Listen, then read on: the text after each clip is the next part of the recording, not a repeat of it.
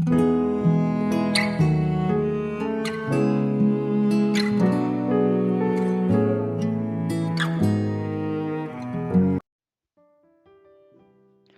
saudaraku, dimanapun Anda berada, senang berjumpa kembali menjumpai saudara.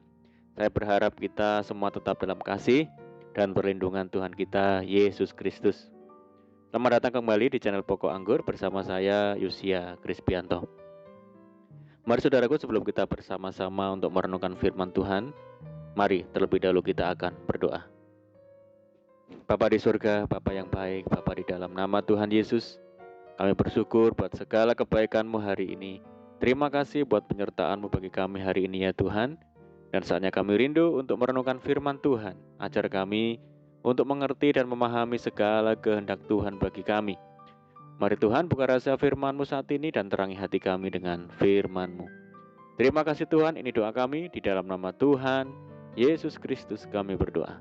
Amin. Baik saudaraku, kita akan membaca di dalam Kejadian pasal 12 ayat 1 dan 2. Berfirmanlah Tuhan kepada Abram, pergilah dari negerimu dan dari sanak saudaramu dan dari rumah bapamu ini ke negeri yang akan kutunjukkan kepadamu. Aku akan membuat engkau menjadi bangsa yang besar dan memberkati engkau serta membuat namamu masyhur dan engkau akan menjadi berkat. Puji Tuhan. Saudara, tahukah bahwa hari-hari ini banyak orang memberikan harapan palsu atau orang bilang PHP, pemberi harapan palsu. Banyak sekali kasus investasi bodong yang menjanjikan keuntungan berkali lipat, tapi ujungnya adalah penipuan. Banyak sekali orang yang berjanji dan memberikan harapan kepada keluarga, teman, pacar, sahabat, tapi ujung-ujungnya adalah janji manis dan harapan kosong belaka. Tetapi tidak dengan Tuhan Yesus. Tidak tahukah saudara bahwa Tuhan Yesus tidak akan pernah memberikan harapan palsu atau harapan kosong? Alkitab mencatat bahwa Yesus berjanji akan menyertai para muridnya sampai kepada kesudahan zaman. Dan ketahuilah, aku menyertai kamu senantiasa sampai kepada akhir zaman. Yesus adalah contoh figur pemimpin ideal bagi kita, saudara. Yang sekalipun dia pergi, ia tetap akan menyertai. Manusia bisa berjanji kepada orang lain, namun belum tentu ia akan menepatinya.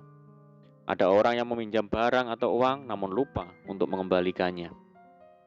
Tetapi Yesus bukanlah demikian. Ketika ia berjanji, ia pasti menepatinya. Dia memberikan jaminan kepada mereka yang berharap kepadanya. Dia memberikan apa yang menjadi kebutuhan, harapan, dan doa-doa mereka yang membutuhkan. Yesus tidak pernah memiliki pikiran untuk memberi harapan kosong pada mereka yang beriman kepadanya, saudara. Sekalipun Tuhan menjawab doa dan permohonan umatnya bukan dalam waktu dekat, namun bukan berarti ia berusaha untuk menipu kita. Saudara, Tuhan bukan manusia yang suka ingkar bahkan lupa dengan janjinya. Manusia mudah lupa akan janjinya sekalipun tahu sudah berjanji.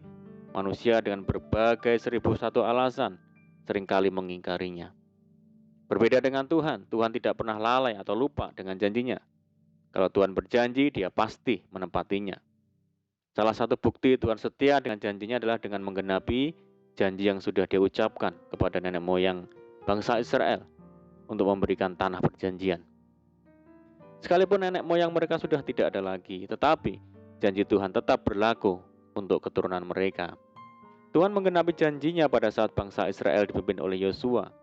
Yosua membawa bangsa Israel masuk ke dalam tanah perjanjian dan menaklukkannya serta membagi-bagikannya kepada setiap suku di bangsa Israel.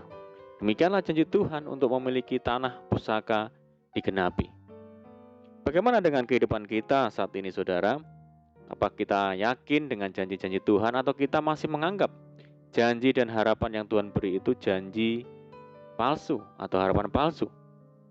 Kita harus melihat janji Tuhan dalam perspektif bahwa tidak ada satupun janji Allah yang tidak digenapi dalam kehidupan kita orang percaya.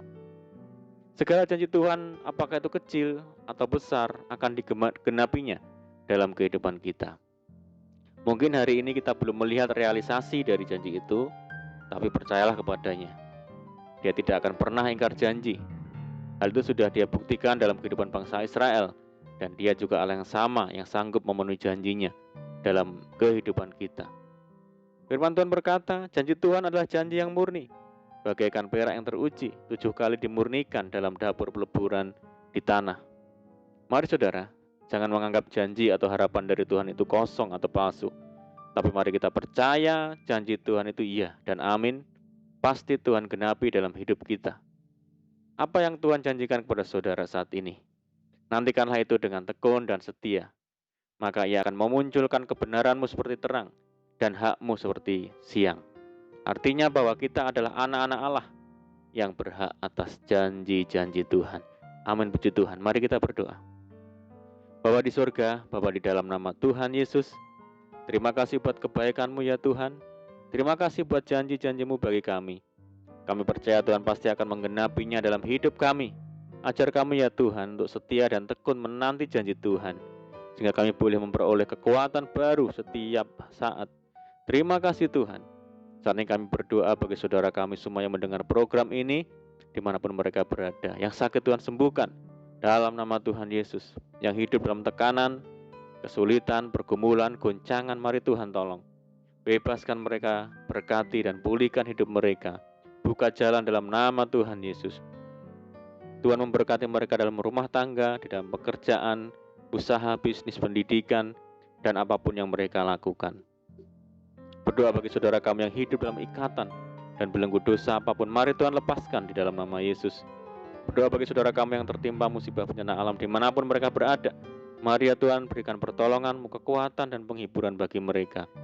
Yang berdoa bagi bangsa kami Indonesia yang saat ini menghadapi pekerjaan yang berat, menghadapi radikalisme, terorisme, intoleransi di dalam masyarakat, menghadapi pandemi COVID-19, serta dampak yang ditimbulkan di segala sendi-sendi kehidupan. Mari ya Tuhan berikan belas kasihan-Mu bagi kami, memberikan hikmat dan jalan keluar bagi bangsa kami untuk dapat mengatasi masalah yang ada.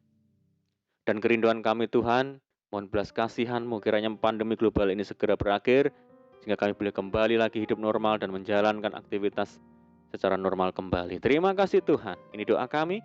Kami percaya Tuhan mendengar seruan doa kami. Hanya di dalam nama Tuhan Yesus Kristus kami berdoa. Amin. Puji Tuhan saudaraku, kita sudah berdoa. Saya percaya saat ini kita dikuatkan dan diberkati. Mari saudara, kita tetap semangat di dalam Tuhan, jangan berputus asa. Tetaplah kita berdoa, bersuka cita senantiasa, sebab di dalam Tuhan kita sanggup melakukan segala perkara. Selamat malam dan selamat beristirahat. Doa saya menyertai saudara semua. Tuhan Yesus memberkati. Haleluya.